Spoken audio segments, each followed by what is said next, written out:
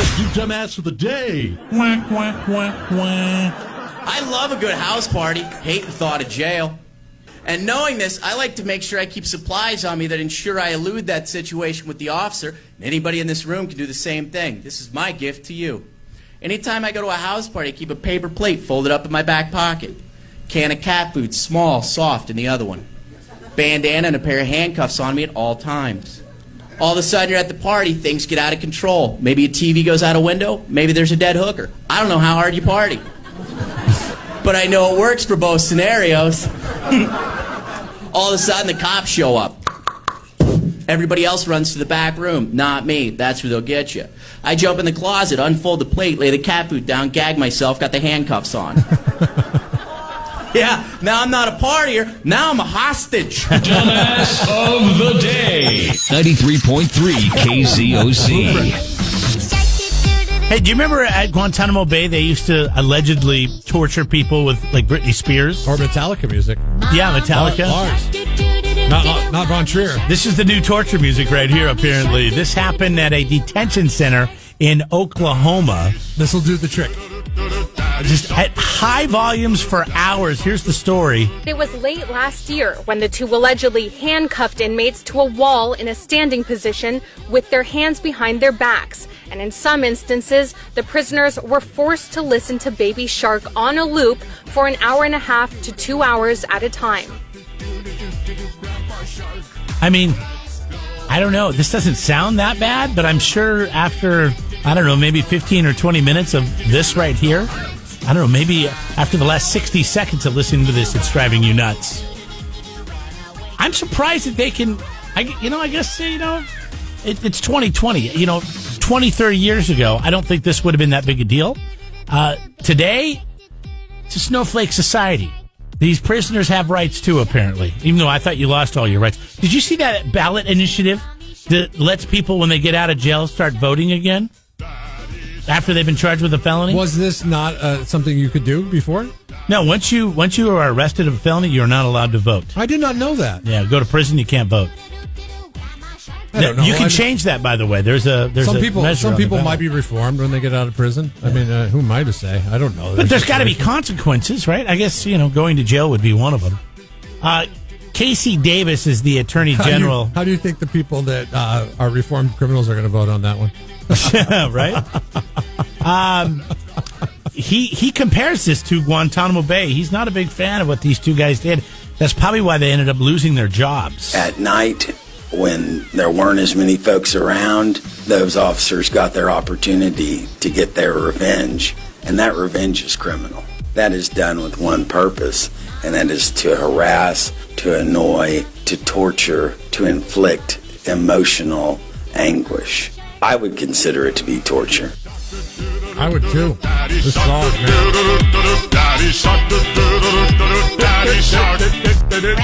I didn't even know what this song was until last year during fantasy football.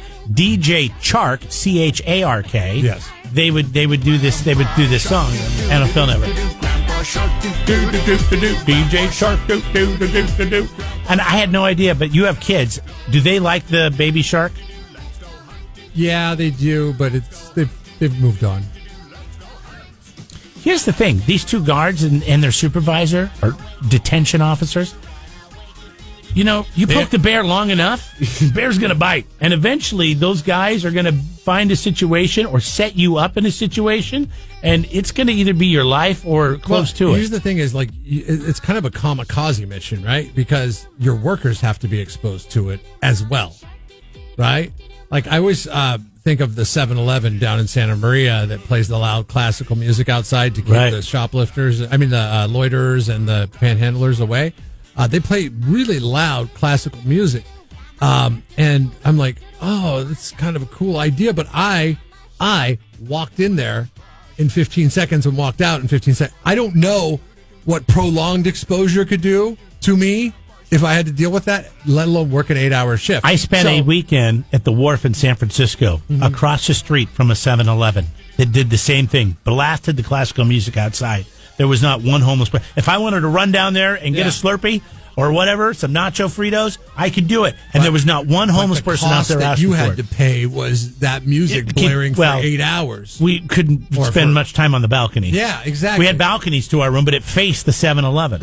Right. So what are you going to do? And the water. It was really cool because the water was right there. But I'm like, boy, you think this hotel's got to be just pissed off that their guests. But we got used to it. And you can't play good music because if you play good music, that draws them like moths to a flame. You right. know? You got to play. You got to play music that's like Baby Shark. Thank God it wasn't this. This is already driving me nuts. So congratulations to these two detention officers. Just because I had to make this dumbass of the day and listen to this song, you are Jeff and Jeremy's Dumbass of the Day. 93.3 KZOC. Don't be a dummy when it comes to your landscape supplies. Go to Peterson Ukart on Gusta Road, just north of Quickie Car Wash in Atascadero. We love Ukart. You save. What there? I don't. Are they going to quarantine like city blocks? Because it's that's UV where light. They just drop it down on the neighborhood. They're like, okay, you're good. We're going to do this 5 times a day for the next 2 weeks, and you'll be fine. I mean, think of all the disinfectants that we're coming up with. I saw a couple weeks ago, there was a guy here in SLO who's making something for shopping carts. And it's just this little thing that the shopping carts go through as you pull them out and it sprays them all down. Kind of like what they're doing manually at a lot of stores you see. But this just is a machine, and he's gonna bankroll that son of a bitch. In the beginning of the football season in training camp, the Denver Broncos were running through this thing that looked like a metal detector, and it was spraying some kind of liquid on them as they were going out to practice, and that was their strategy for beating the coronavirus. But I know that they're one of the teams that doesn't have any positive tests, at least. See, it's working. As of right now. But they have a lot of injuries, though. Hey, Whitney, I know you've been working from home. Are you going back into the office at all yet, or are you still working out of the house? I go into the office 2 days a week. So I go in there for on Monday, and then I'm in there on Thursdays when we do our CSA produce.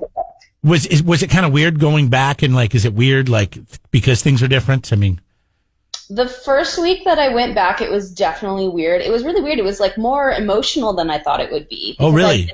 So kind of disconnected from everything, and going into the office, it really was it's kind of like you're on the ground and you're really seeing and when I started going back, things were still pretty heightened in terms of daily news updates and whatnot. It was weird for sure. When did you go back? What'd you say? When did you go back? I started working in there probably a couple months ago. Okay. Yeah, had no idea. I thought you were still just working from home. Nope. Yeah. So it was definitely interesting, and I'm very thankful. My job is, I feel safe, and the office isn't open to the public because we're not considered an essential business. But I'm obviously there for produce pickups and whatnot, and it's important to be in downtown. I do a couple laps and see what's going on, and yeah, it was weird. We took your suggestion. We ate at Federico's. Have you eaten there yet? What? No, I haven't. What's the report? Chipotle fish taco. It's got a nice mango salsa on it with a slaw on it. That was my favorite. I mean, we've only had one meal there. The chips and salsa, Jesus, so good, so good. We were. Jeremy is a salsa eater. He likes to have chips with his salsa. He eats the salsa. The salsa is the main thing that he eats. The chip is just a vehicle to get the salsa down. Yes. I asked for my own bowl. Jeff's like, what's wrong? Well, weird, I got cooties. I'm like, no, you don't understand. I'm going to go through probably 3 of these. And the guy finally came up to me and he said, we charge extra for that. I'm like, well, then charge me extra. That's fine. I didn't say I want it for free. I mean, it was good. It was really good. And salsa. It's got a little kick to it, which is nice.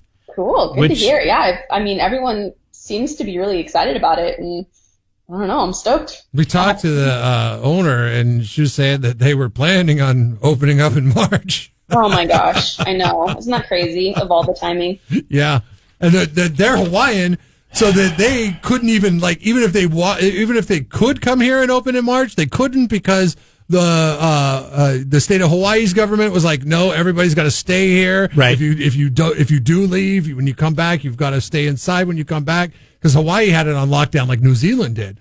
So it was kind of a very interesting time for them to be opening a business on the mainland, being Hawaiian and everything. So that's why it was such a slow play. They're up and going now. So and everybody seems, like you said, everybody seems to be happy with it. So. And it's I thought it was going to be more like a Qdoba or something like that. Because when you hear Fresh Max, meaning like it's kind of you walk in, they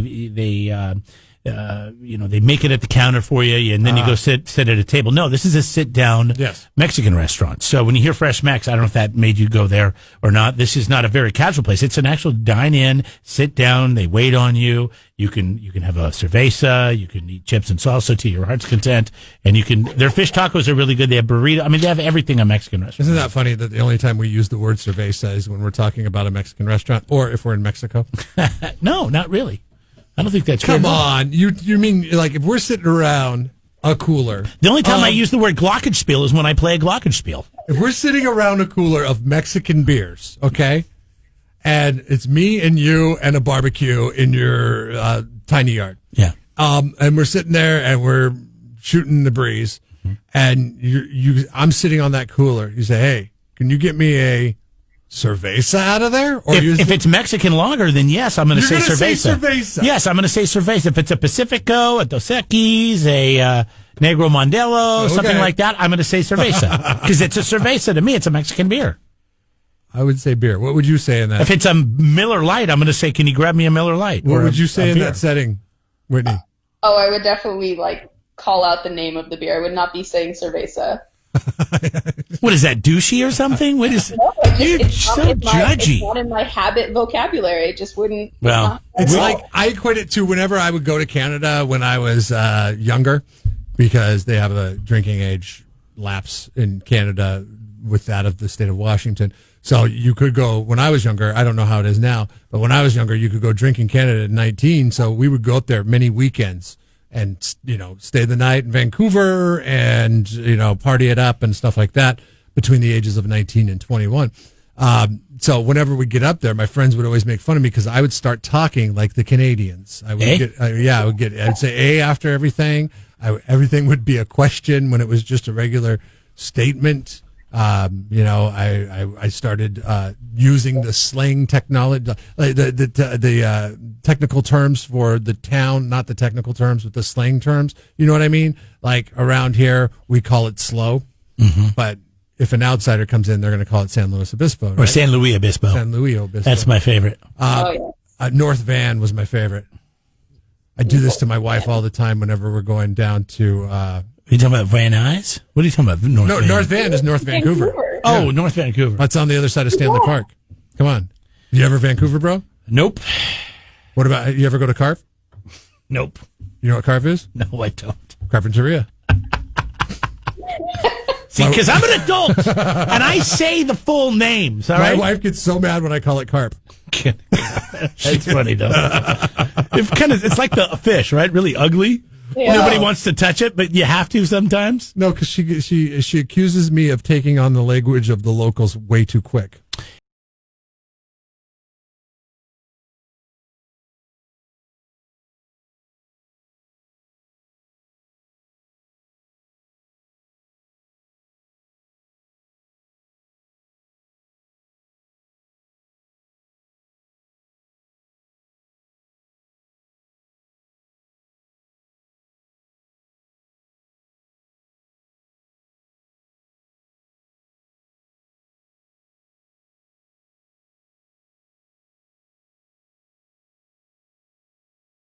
Whitney just told us during the song that somebody came in and said frog titties to her. Now, if you were with us last week, I was asking her to go around to her coworkers and say that to them just to see what the reaction would be. If they looked like they were going to sneeze. No, I just wanted her to say it. But no. So apparently somebody who heard that came in and said it to her. Are you trying to keep this person like a secret, or do you care who it is, or? I don't know. He might want to stay anonymous. Okay, yeah, I would keep him anonymous. But your boss is sitting right there when he says it.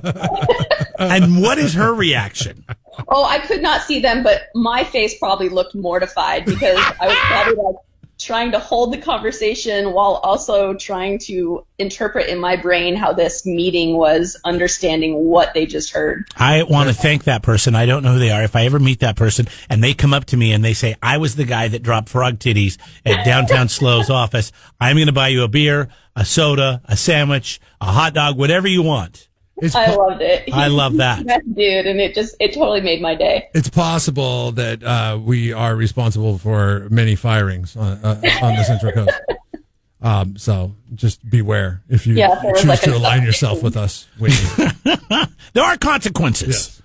So, okay, so what's going on downtown? It's all fun and games till somebody loses a job. Tell us about what's going on with Light It Up Downtown. What is this, the Christmas parade, the holiday parade, whatever? Yes, so because we're not having the holiday parade, we're really trying to figure out some sort of activation to really bring downtown to life and create kind of a longer, not a like permanent, but like a holiday permanent installation that'll just kind of light up downtown. And so we're working with some event party planners, and that industry has just hit so hard. So it's kind of cool that we're going to be able to partner with an event organization to kind of create this experience. But our hope is that we're going to have, and it's all still being worked out, so I don't want to make any like false promises, but from what I've seen in the preliminary discussions, it's going to be super cool. So like think Disneyland Main Street with like projected lighting, and movies. I heard up at the Cambria Lodge Pines Lodge where they do the display. It's not going to be as big this year. It'll be scaled down. I mean, are we almost talking? I mean, maybe not that crazy, but are we talking something along those lines? No, like bigger. There'll be a big holiday display downtown. Yeah, and like really kind of building out Mission Plaza, having some like Instagram worthy moments because how everyone loves that. I think it's going to be really cool if it can all come together. So as soon as I have like real details, I'll let you guys know. But I'm really excited about it. And Jeff, Disneyland. Yeah, no, that's stuff that they do down on Main Street at Disneyland. Have you been there during Christmas? Is incredible. Yeah, any time of the year they do these things where they'll project stuff up on the walls of the buildings, and it turns the atmosphere totally different. And it really pulls you into the spirit of whatever the theme is. Christmas time is huge down there. How about Halloween? Do they do Halloween? Yeah, they do. They do it on Halloween as well. See, next time I go, I got to go on a holiday. Yeah, you do. Disneyland on the holidays is pretty cool, I mean, everybody else will be there. And obviously not this year because of the Rona. Yeah. But that's really awesome, Whitney. I mean, finally some good news. Right? I know. So it obviously, like, the entire downtown won't become one big projected lighting, whatever.